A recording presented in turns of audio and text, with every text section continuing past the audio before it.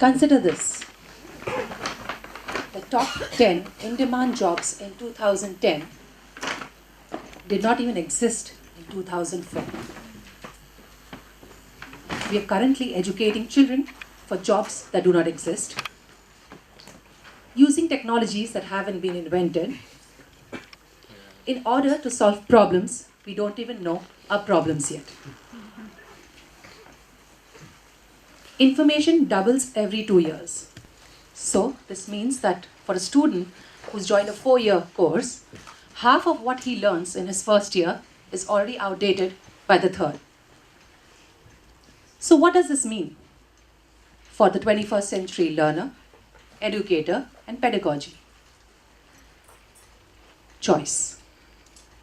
From life-altering to the mundane, every single day we make choices. From putting a man onto the moon to choosing tea over coffee.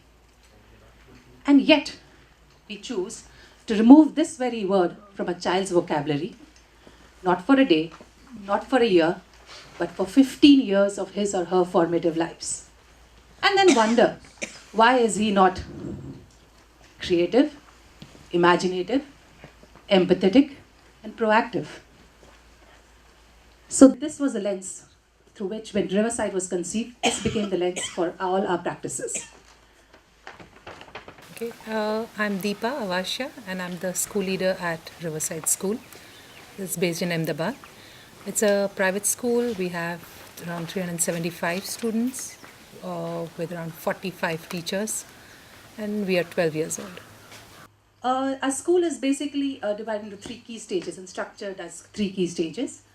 This is what are the different ways in which we do it. Key stage 1 is the understanding, the student-led portfolio, and the teacher progress evaluation, which is the report card. Key stage 2, we do it as the evidence file, the bright minds shine, student-led portfolio again, but here it's more the digital one. Teacher progress evaluation and personal projects, which happen in grade 7. Key stage 3, the mastery, checkpoints, identity curriculum, and board exams. We don't have subjects that we keep as very separate, but rather we believe in developing dispositions. So therefore, it is scientific thinking, it is logical mathematical thinking, it is the language package rather than English, math, and science. And yes, so we do have, a lot of emphasis is placed on learning embedded in the real world. So units are designed and made according to, with very clear-cut learning objectives that need to be achieved. And then the entire unit, again, keeping the whole idea of multiple intelligences so that students learn differently. And therefore, they are also given opportunities to demonstrate their understanding through different ways.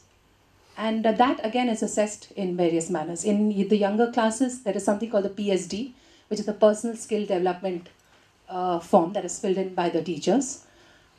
In Key Stage 2, every month, there's something called the evidence file time, where the teacher sits with the students, smaller groups, say 5 or 6 students, and then they talk about each of these, what they've done through the entire month, all that they've compiled, all their work together. And then there is a dialogue that happens between the teacher, the student, and the peers. And they're asked to rate themselves on a scale of 10 on different parameters. So say if it is English and or the language package, and under English they are, say, comprehension. And they have said that I would like to rate myself at a 5, say, for example, out of 10. They need to justify why they think they are at a 5. Their peers need to say, do they think that what he says is right or wrong? Then the teacher's layer comes in. So that's the kind of platform, and that's where the choice and voice of all the 3 people get into. And then finally, a mark or a number is given for that particular skill. So then this goes on. Grade 8 onwards, it becomes, again, evidence files, but focus starts becoming, sadly, we can't do away with the exams that are there. So the focus just become more exams.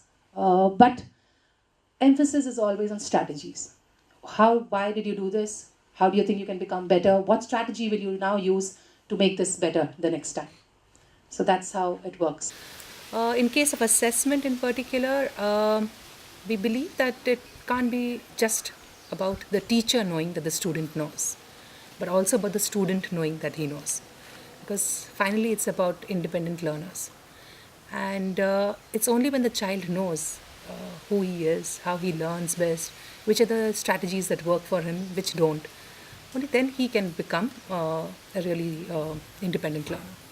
So those are the kind of approaches and practices that we try to put in.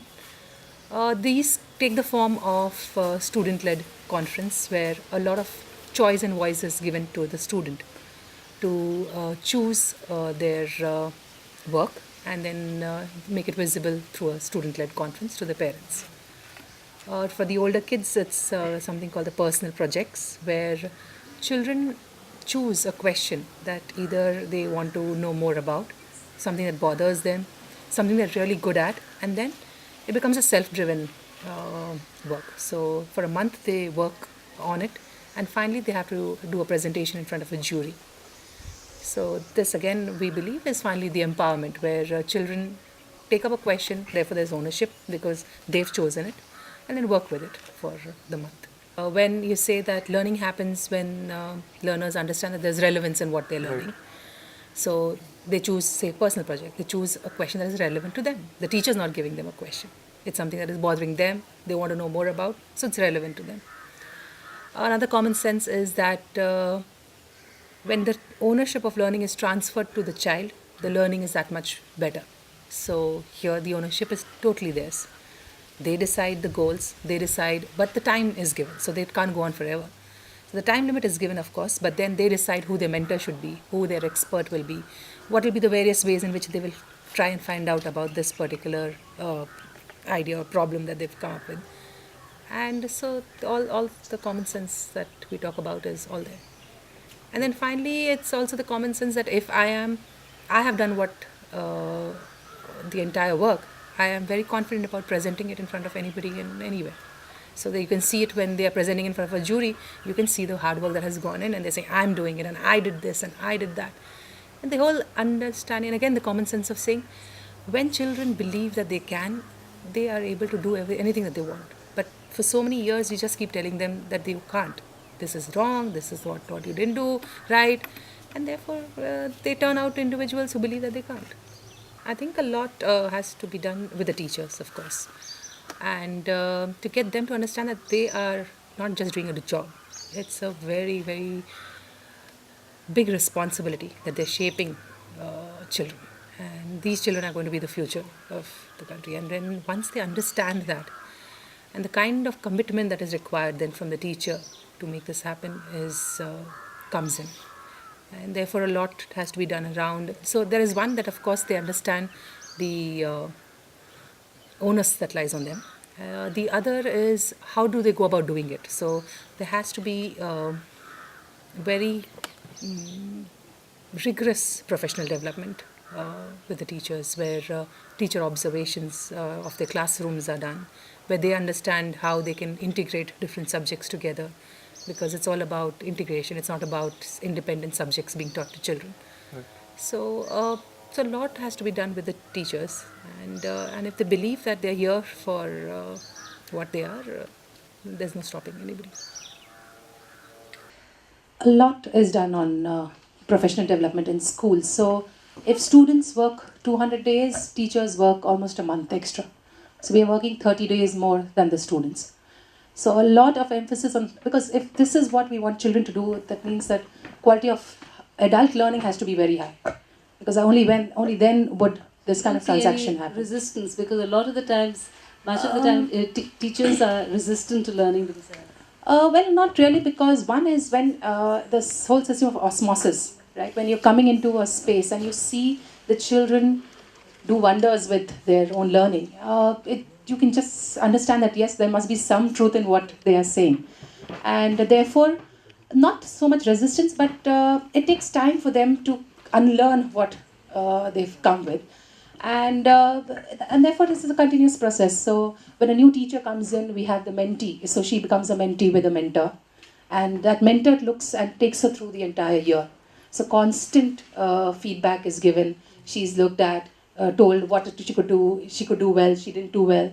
And a lot of emphasis is paid or put on relevance of why you're teaching what you're teaching in class. So again, the flexibility to a great measure here. It is not that the school leaders decide or we decide this is what will be taught in class and that's what is done. Rather, it is the team that sits together, looks at the learning that had happened last year, looks at whether it went well, didn't go well, what happened,